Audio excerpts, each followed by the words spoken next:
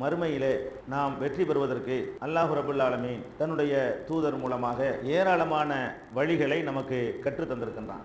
அதில் தொழுகை, நோன்பு போன்ற வணக்கங்களில் மாத்திரம்தான் நம்மவர்கள் கவனம் செலுத்துகிறார்களே தவிர, இது தவிர இன்னும் பல காரியங்கள் இருக்கின்றன. அவற்றையும் செய்வதன் மூலமாகத்தான் மறுமையில் நம்முடைய வெற்றியை உறுதிப்படுத்திக் கொள்ள முடியும் என்பதை அறியாதவர்களாக இருக்கிறார்கள்.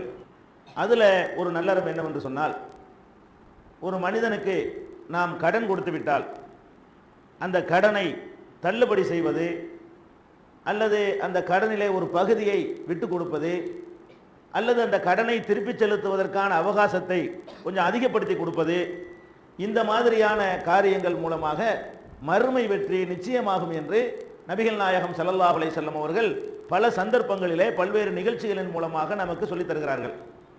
திருமறை குர்ஆனில் கூட அல்லாஹ் சொல்லுகிறான், ஒயின்கான து உஸ்ரத்தின் ஃபநலிரத்துன் இலா மைஸரா.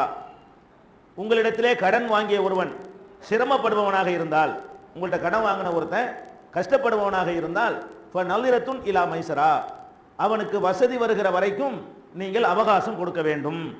நம்மள்ட்ட சொல்லிட்டு நீ 3 மாதம் தானே என்கிட்ட சொன்ன, 4 மாதம் ஆகுதேன்னு கேட்பதை விட அவங்ககிட்ட அந்த தகுதி இருக்குதா, 3 மாதத்தில் தருவதாக சொன்னானே, அந்த தர்ற தகுதியில் இருந்துக்கிட்டு வேணும்னு தராமல் இருக்கிறானா, உண்மையில் கஷ்டப்படுறானா, கஷ்டப்படுகிறான் என்று சொன்னால் ஒரு கடன் கொடுத்தவனுடைய கடமை என்னன்னு சொன்னால் இப்போ நல்திரத்துன், அது கட்டாயமாக எல்லாம் சொல்கிறான், கடமையாக சொல்கிறான். நீங்கள் அவகாசம் கொடுத்து தான் ஆகணும், இல்லைங்கிறான், நீ தந்து தான் ஆகணும்னு சொல்லக்கூடாது. அவனுக்கு வசதி வருகிற வரைக்கும் நீங்கள் அவகாசம் கொடுக்க வேண்டும், இது கடமை. இதை விட சிறந்தது ஒன்று இருக்குன்னு அடுத்து அல்லாஹ் சொல்லி காட்டுகிறான், அந்த சத்தகு ஹைருல்லக்கும் இன் குந்தும் தாலமூன். அதை தர்மமா விட்டு கொடுத்தீங்கன்னு வைங்க, அது ரொம்ப நல்லது. அல்லாஹ் நம்ம முன்னாடி 2 விஷயத்தை சொல்றான்.